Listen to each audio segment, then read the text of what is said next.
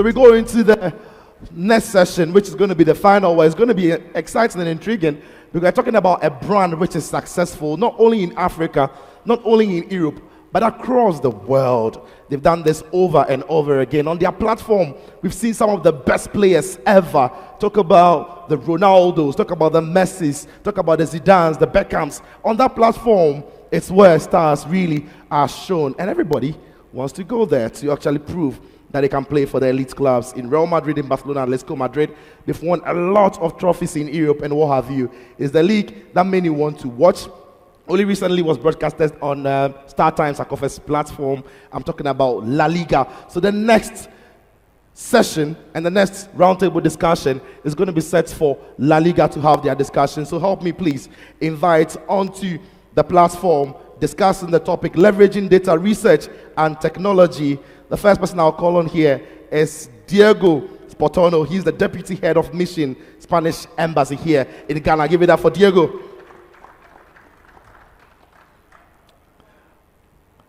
Diego, welcome and thank you for your time and thank you for joining us, please. Accompanying Diego also from La Liga is the Project and Communications Coordinator for Ghana and Nigeria, Ayodeji Adegbenro. Please give it up for him. So he's comfortable that we refer to him, Owuraku, as Ayo. Just so that, Ayo, the G, so thank you for being so kind to allow us to use Ayo. Ladies and gentlemen, time for La Liga and Owuraku as we discuss the topic, leveraging data research and technology. Enjoy. Well, it's a pleasure to have you here, gentlemen. I want to start with you, Ayo, and it's an interesting question that I'm picking off social media, so it's not from me. But okay. I'm just wondering, from their point of view, in the past few seasons, La Liga lost Ronaldo and Messi, and most recently lost out on Haaland and Mbappe potentially. What did that mean for the league in terms of brand value and visibility? Thank you very much. It means nothing really. What it tells you is that La Liga is the best league in the world. Throughout time, we've had the best players in the world play in the La Liga.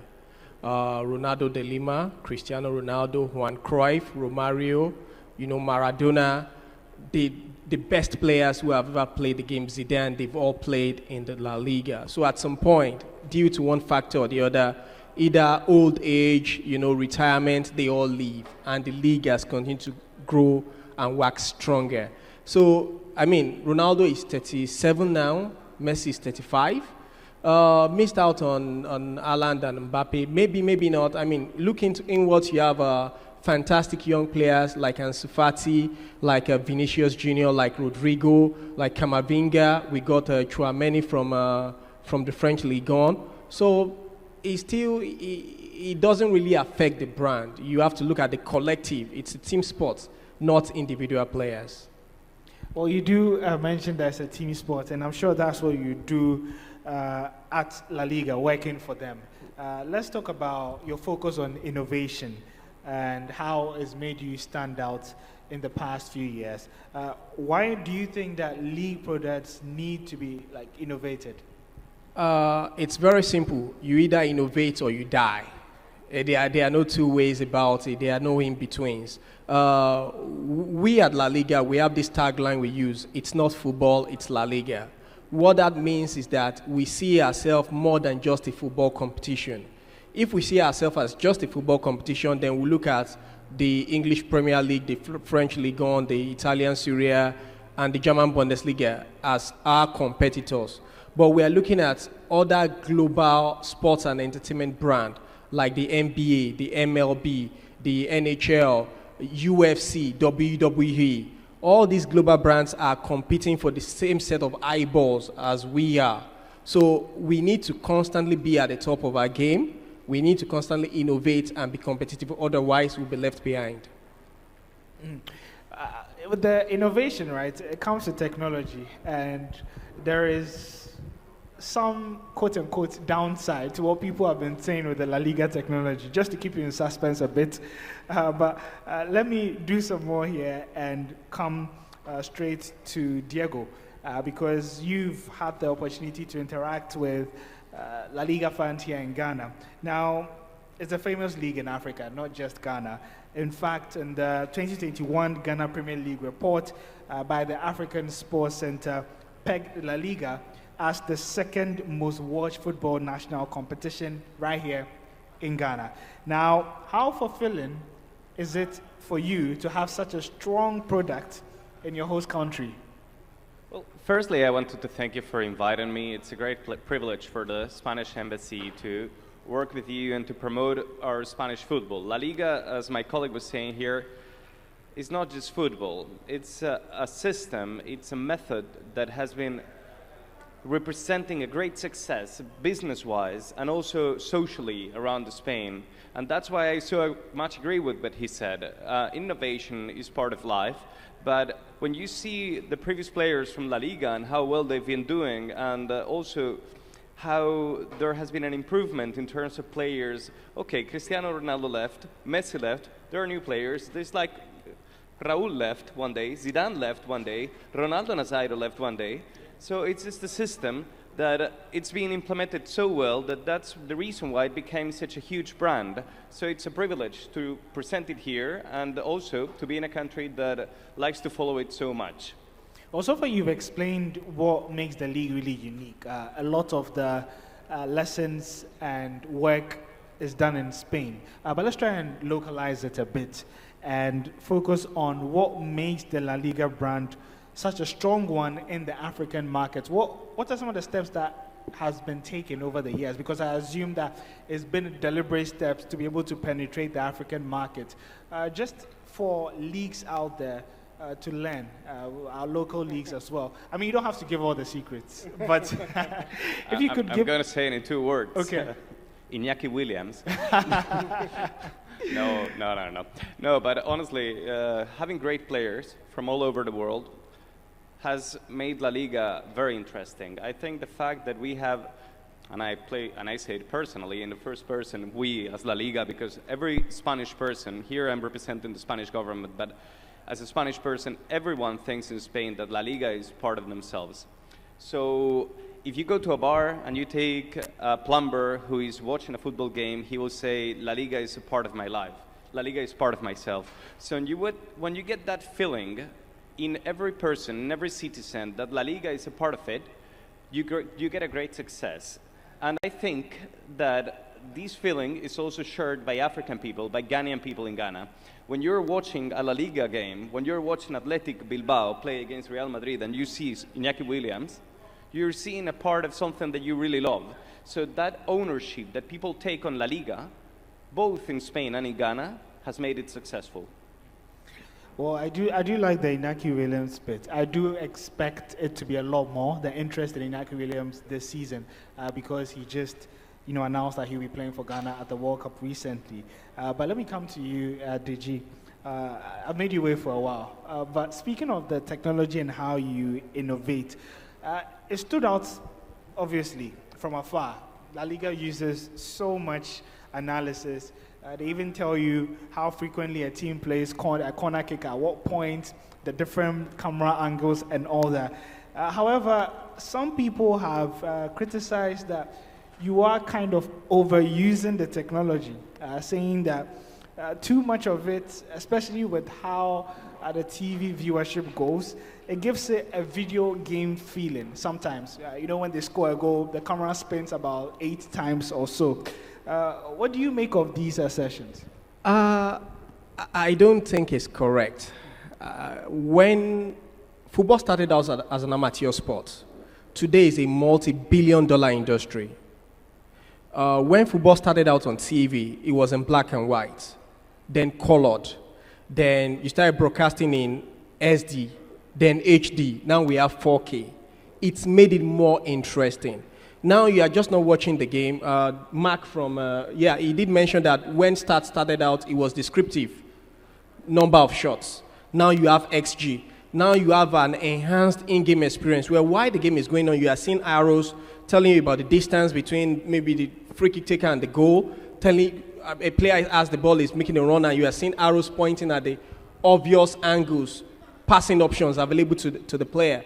it enhances the experience. So it helps innovation. And interestingly, you mentioned video game. Last week, La Liga announced a partnership with EA Sports.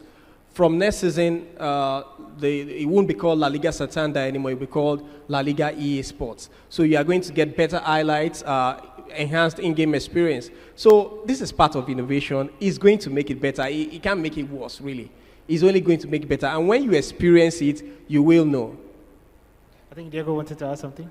Just to add on this, there is no such thing as over-innovation. Over-innovation has made possible that thousands of millions of people watch football every day around the globe, that people all over every single continent during a pandemic without football games could re-watch football games in ways that no one had ever seen them before, that we could enjoy games from the 70s, from the 80s nowadays, thanks to innovation. I think innovation is part of football. I think La Liga is part of innovation. I think the fact that we're going to enjoy a World Cup in ways that we could have never imagined even 20 years ago is thanks to innovation. So I think we should praise and we should push for organizations that promote innovation in football, in sports, and in life in general. Oh, well said. But let me come to you, Deji. This time away from technology. You've had the privilege of assimilating the game from the cultural perspectives of both Nigeria and Ghana. You've been to both countries and had La Liga viewing parties and all that. What would you describe as some of the similarities and differences in terms of the fan culture in Ghana and Nigeria when it comes to viewing La Liga? I think, people call Nigerians and Ghanaians cousins. And when you see the banter that go on between both countries, you actually think we are next door neighbors. You forget the fact that there is Benin Republic and Togo between Nigeria and Ghana. I think we have more similarities than differences, right? The way fans follow football, the way they consume football, fan behavior, consumption habits, there are more similarities than differences between Nigeria and Ghana. It's actually almost the same, trust me. For Diego, let me focus on Ghana with you. What role do you think La Liga has played? Of course, your job is to ensure that the relations between Spain and Ghana are smooth and peaceful. What role do you think La Liga has played in that? Well, I think the fact that La Liga provides so much entertainment for so many Ghanaians makes my job a lot easier. And the fact that I can go anywhere and watch a football game from my football team, which I'm not allowed to say which one I support, but it's a very strong football team from around the center of the country. And it makes it very easy, not only in diplomatic terms, but also for companies here.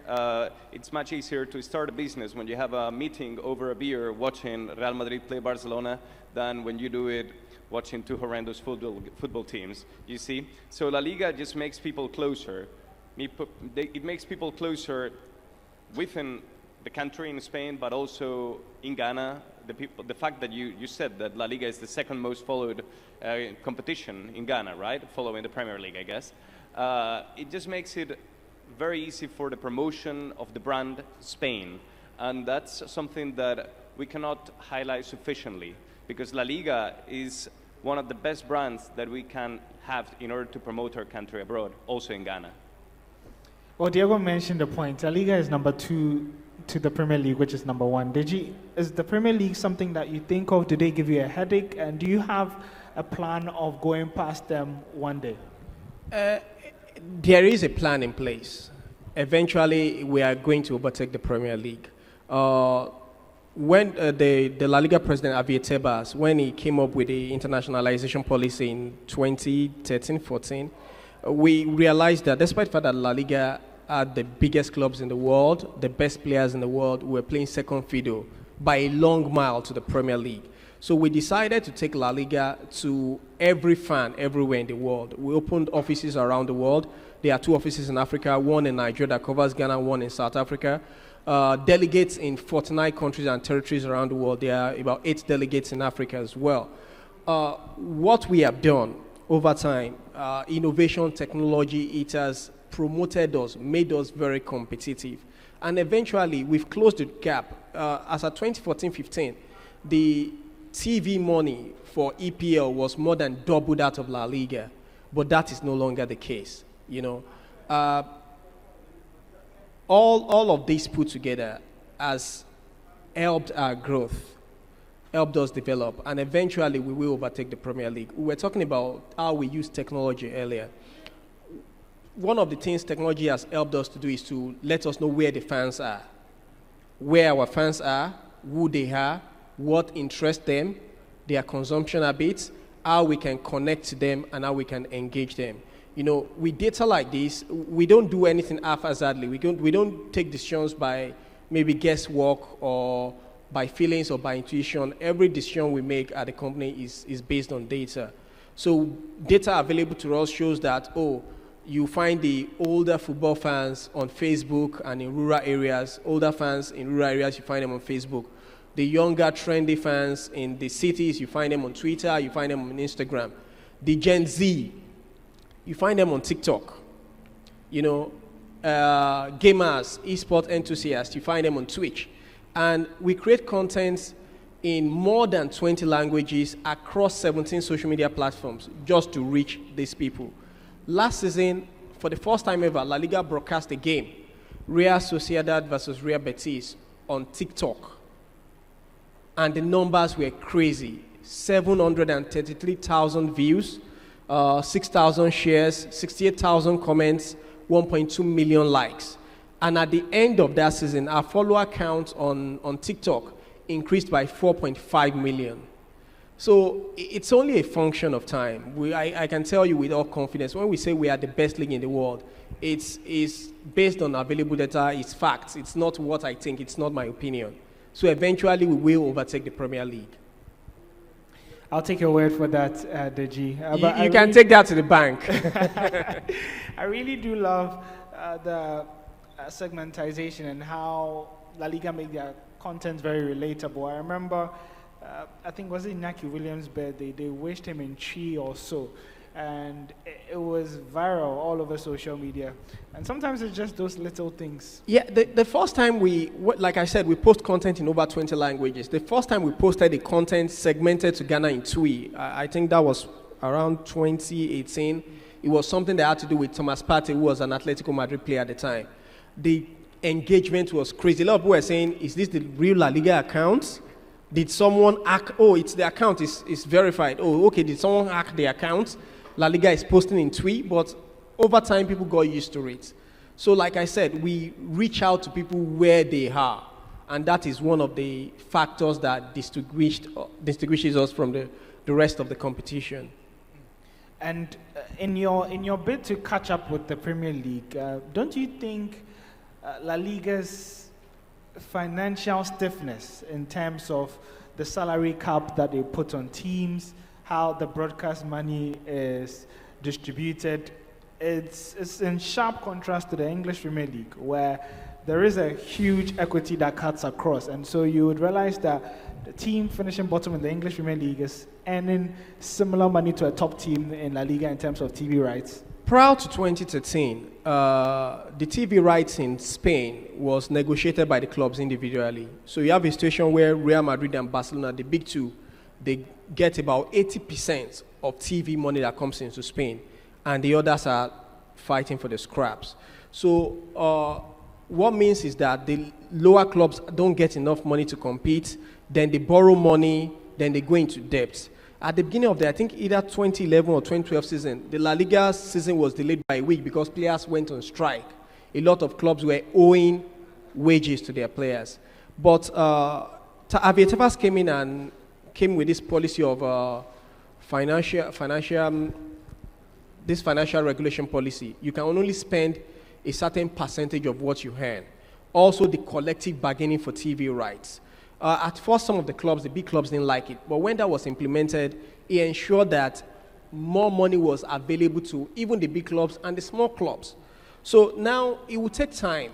The EPL had probably about a 15-year head start on everybody else. So it's going to take time. So you now have a situation where the smaller clubs can retain their talent for longer. They don't have to sell. They are also able to pay. They don't owe their players wages. They don't owe the tax man. So gradually, the clubs no club is insolvent. Let me put it that way. They are no longer insolvent. There is not, which is something that happens regularly in the English league. Go below the Premier League, go to the Championship League One, you hear about, oh, this club has gone into administration. Since 2013, we've not had a club in Spain go into administration. So eventually it will happen. And like I said earlier, our focus is much more larger than we are not looking at the EPL.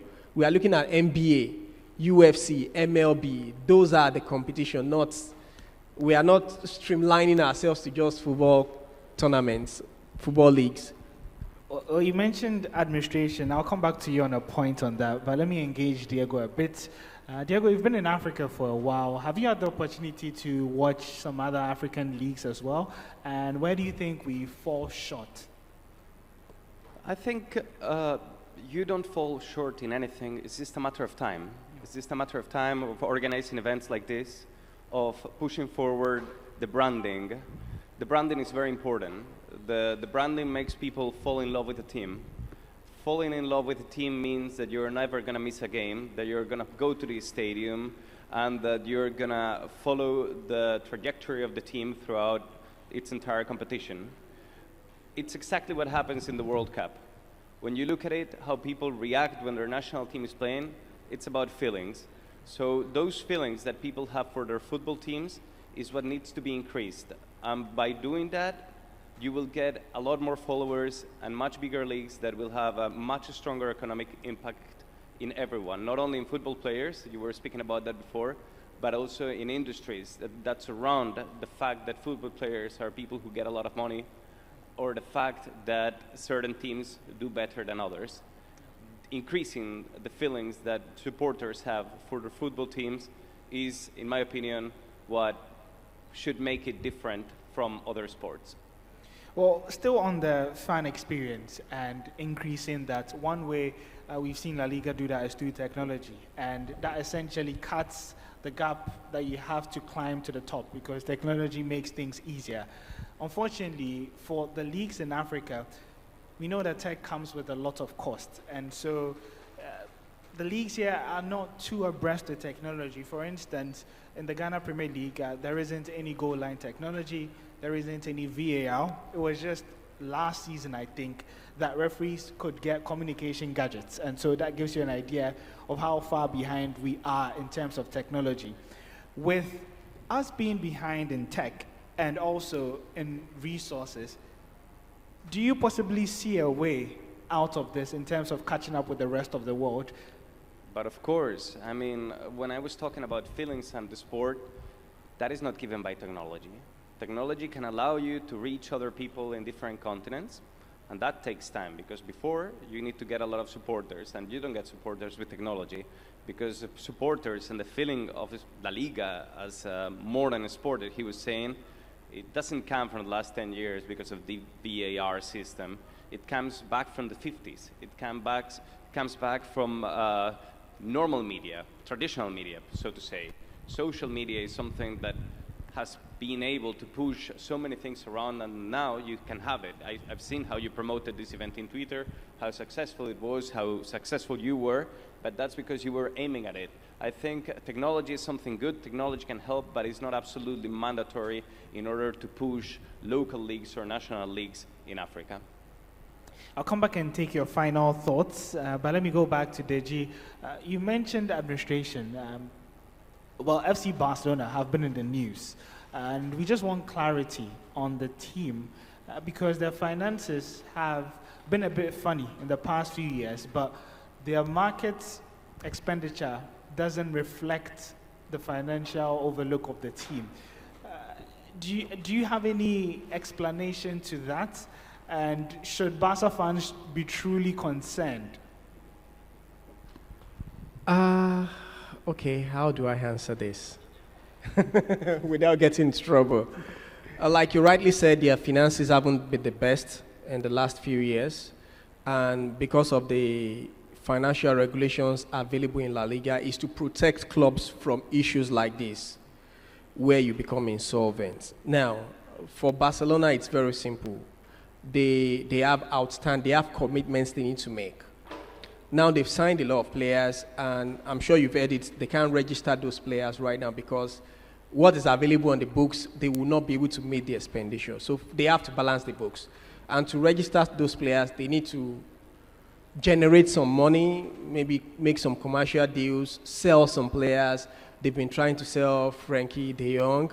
It was in the news a few days ago that Pierre-Emerick Aubameyang might be leaving as well. So Samuel Umtiti apparently is left now.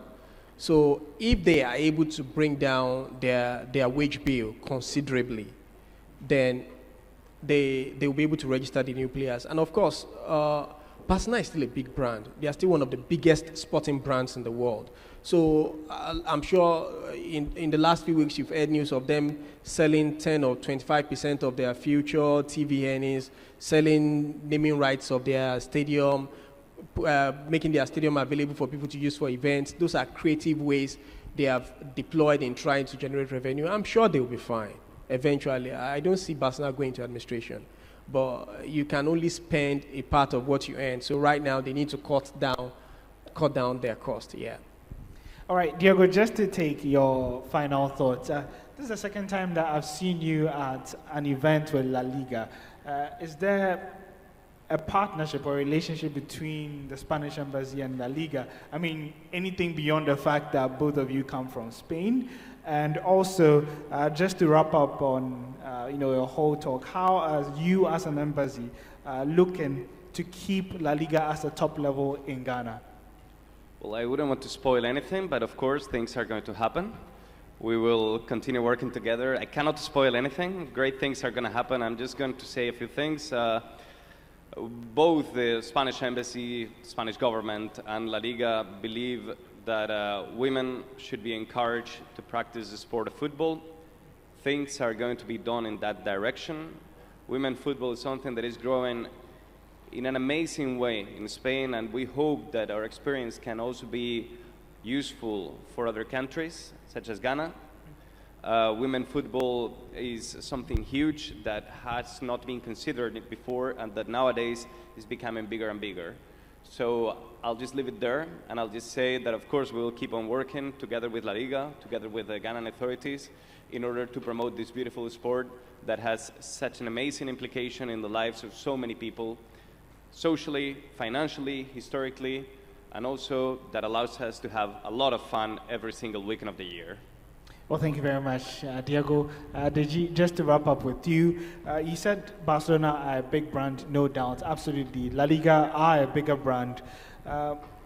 What's the way forward, or are there any products or assets that La Liga would be proud to associate themselves with? In essence, are there opportunities for partnerships, and what assets are available with La Liga when it comes to future partnerships? There are a lot of them. We are always looking for partnerships, brands, corporate organizations, institutions. We've been in talks with the Ghana Football Association for some time now. Hopefully very soon we're able to have something signed with the GFA and be able to do projects together towards development of football in this country. So there are various partnership opportunities available with La Liga. We are open to discussion at any time. I'm sure contact address is on this brochure, so you can reach out to us, and we're happy to have that conversation.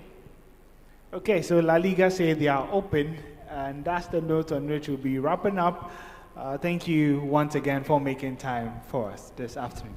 Thank you very much, Diego. Thank you very much, Ayo.